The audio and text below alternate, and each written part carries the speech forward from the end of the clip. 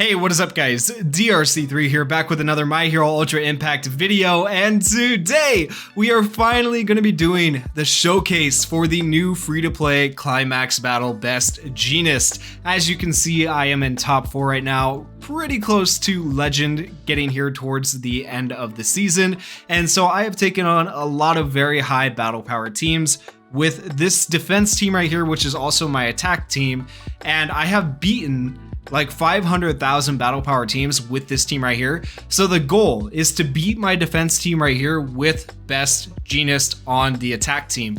If we can do that, then Best Jeanist is a viable pick for PvP. So let's go ahead and go into the mock battles here, and we'll take a look at what Best Jeanist kit is and what he can do. As you can see, the total battle power for this team is 403,000. It's a little bit less than the defense team that we're going to be going against. As well as our speed is going to be lower because Best Jeanist ability boards aren't all the way done, and he is not as high of a level as Ida is. So let's go ahead and take a look at his skills and his stats.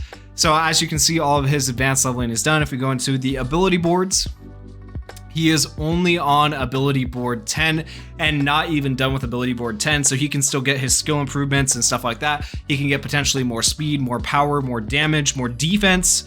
And then, of course, we don't have anything on his DX route done because it takes a whole season of Climax Battle just to get the Peace route done. So it's going to be a little bit before we have him level 130. Of course, when we get him to level 130, I will be doing another showcase on him. All right, so for his skills, his plus ultra move is called Collective Shot. It gives the character the ability to overwhelm for 3 turns. Overwhelm is a very strong ability. It's going to give him more damage. He deals 650% damage to a single opponent, and he has a high chance of binding the opponent for 2 turns. That high chance of binding we'll probably almost never see going against the team we're going against because Uraraka and Jiro have the ability to nullify status elements, which is a big pain in the butt. But this skill also lands a bullseye if the opponent is a villain. Not really useful once again because people just don't run villains in PvP. So you can see why I would be thinking this character isn't going to be all that great in PvP, but trust me, he will stand up to these characters. He will stand up to all the meta characters, and he does it really well, surprisingly. So his first action skill is called Hanging Fibers. It deals 350% damage to a single opponent. Low chance of binding the opponent for 2 turns. Once again, probably won't see that too often because it's a low chance, A, and also because they nullify status elements, B. Decreases the opponent's speed by 25% for 8 turns. That is really good. This skill lands a bullseye and has a higher chance of binding if the opponent is a destruction type character. The only destruction type characters that are really run in PvP are mainly the maybe like Yule Gift Sue and the destruction fantasy Bakugo, so that's really not going to happen all that often either. If this said strength type character, he would be very good for taking on like the fantasy Ida, but unfortunately it doesn't say that. So decreasing speed for 8 turns is really good because it means you may not get the first move during the second turn, and we won't right here against this team because the team we're going against just has such high speed, but eventually you'll probably have the higher speed as the battle goes on and if your characters are able to survive. His second action skill is called Fiber Counter. It gives the character the ability to nullify normal attacks and ability to counter for 2 turns. Gives the character the ability to cover all allies for 1 turn, increases character skill impact by 15% for 8 turns, also reduces damage to character by 20% for 8 turns. That is massive because that means you can stack his defense, and that is really big. Also, the fact that he can nullify normal attacks for 2 turns is really big. I don't think there's any other character that fully nullifies, just negates normal attacks, so that is really good too, and it helps keep him alive. On top of that, his auto skill, 8th time champion, increases defense of all pro hero allies by 20%. He will be the only pro hero on our main rotation, so he's only going to increase his own defense by 20%, but basically he's reducing damage by 20% from his action skill above. He is decreasing damage by 20% here, and then he also increases character's defense by 15% for 4 turns every time character covers allies. So in 1 turn, essentially, you can get 55% defense, which is just ridiculous. He is potentially, arguably, I would say, one of the best defense characters in the game now. His second auto skill, Fans Have Expectations, increases character's power by 5% for 5 turns every turn. and then increase the skill impact of all allies by 10% for 5 turns every 2 turns. Ridiculous as well. Once per battle, gives character ability to make a last stand 1 time when HP is below 30%. Like, this guy is a ridiculous tank, really good support for your team for increasing power and skill impact and stuff like that. And so even though his plus ultra is a little bit lackluster in terms of PvP, everything else looks very, very nice on him. And then of course, when it comes to PvE, I'm not going to be doing a showcase on him, but he has his uses in PvE with all the things that he can do. He has the status elements and stuff like that. 4 turn cooldowns, which is very, very good. But I thought PvP would be the more fun showcase to do, because I feel like you just really wouldn't expect Best Jeanist, this particular climax battle Best Jeanist, to be good in PvP considering his kit. So let's go ahead and hop in. All right, as we get into this, the very first thing we're going to do is Juro's stereo speakers. It's going to allow her to hide. Then we're going to go ahead and do the hanging fibers, which will decrease an opponent's speed. And then we'll do the gravity blow, which reduces our action skill cooldown time. We will not get the first turn with this team. We probably won't get the first turn throughout most of the battle. So this is a team, which is really interesting, that can beat a high speed team without speed, which rarely happens anymore in PvP. Basically, the way PvP has been working lately, which is really annoying, is the higher speed team wins.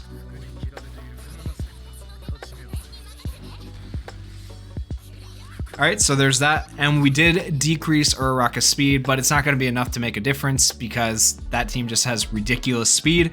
So we're going to continue on our way. We're going to go ahead and do Best Jeanist fiber counter first, which is going to give him the ability to cover allies, increase his skill impact, and reduce his damage. So a bunch of damage reduction for him starting this turn, which is going to help him. And he's also going to draw aggro, which will be very nice, and you'll get to see him fully nullify the enemy's normal attacks. Once again, we do not have the first turn.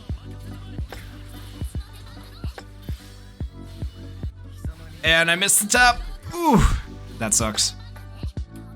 Very fast tap as well for his fiber counter, so be careful when you're doing the taps. You might want to slow it down so you don't mess it up like I did right there. We do still have all the plus ultras though, even with missing that tap, so we're okay, we're in a good place. And now we're going to use the plus ultra, which has technically a high chance to bind, but like I said, we're never going to actually see that bind. So what's going to happen here is Ida is going to attack, then I think the enemy Jiro attacks, and then our Jiro and our Uraraka attack. And then our Best Jeanist goes last because of the speed. The fact that Best Jeanist goes last means his plus ultra is going to land, and hopefully it lands on our Uraraka and does some decent damage. Let's go ahead and do this. So here's the Ida's attack. We dodge it. There's their Jiro's attack. We dodge it. Here's our Jiro's attack. Enemy or Uraraka's attack. We take 15,000 damage, which is like nothing. It's actually, that's pretty good to only take that much from her plus ultra when her plus ultra can normally do 30 to 40,000.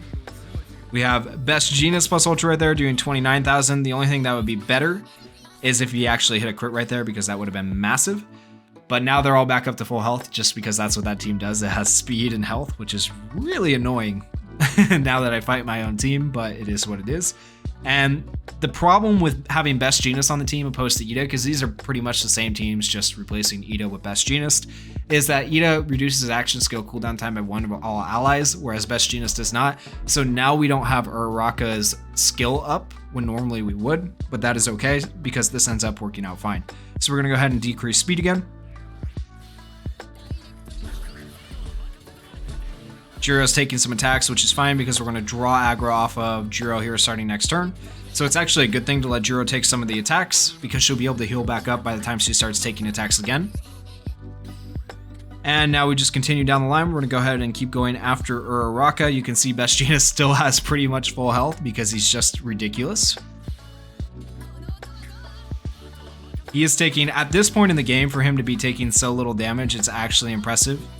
Because if you don't know this, as Ultra Arena goes on, as the turns continue to go, the damage increases, or like the damage percentage increases, so how much damage you take increases. All right, so let's go ahead and we're going to do a fiber counter here, even though we don't have a skill chain. And then we're going to do the heal with our Uraraka. So the hope here is that Ida targets Best Jeanist because Best Jeanist will draw aggro. Best Jeanist survives with a little under 30% health, gets his last stand, and then survives Ochako's plus Ultra as well.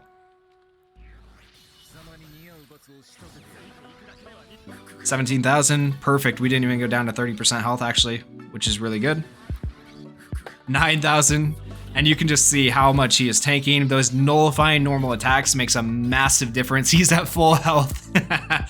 Oh man, this guy is a ridiculous tank, I am telling you guys. So let's go ahead and we'll do this. I think at this point we might actually have speed advantage, but I'm not sure. Actually, I'm thinking we're not going to. We're probably almost definitely not going to, but that's fine. Oh, actually we do. Wow. All right, so there you go. Speed advantage. Eventually you get it, 42,000. Oof. That was a lot of damage. I missed the last tap. I got so excited by that damage, but wow. All right, let's see how much damage he takes. Like nothing. Like nothing. He literally might be the new best tank in the game. Like it is that ridiculous. All right, we'll go ahead and we'll do Gyros plus Ultra. And we'll do Best Jeanist plus Ultra here. I kind of want to target Todoroki, but it's so annoying that you can't even do your targeting ahead of time. All right, well, let's see where this goes. See how much damage we take. 20,000, not terrible. Best Jeanist is starting to get a little bit low. I'm starting to get a little bit nervous about its health. 45,000, actually really good damage. Like you can see, he's doing work.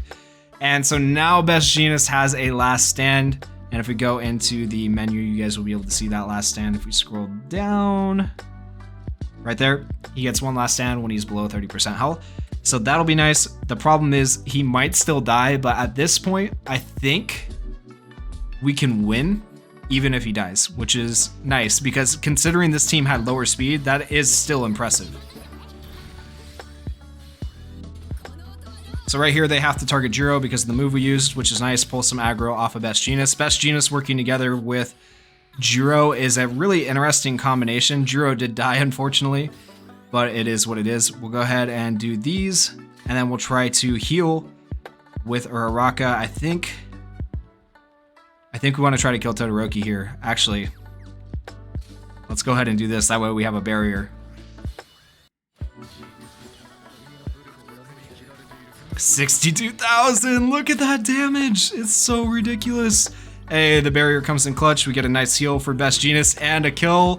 Uraraka's 99,000 damage. Oh my goodness, you can't tell me Best Jeanist isn't kind of insane. He's kind of insane.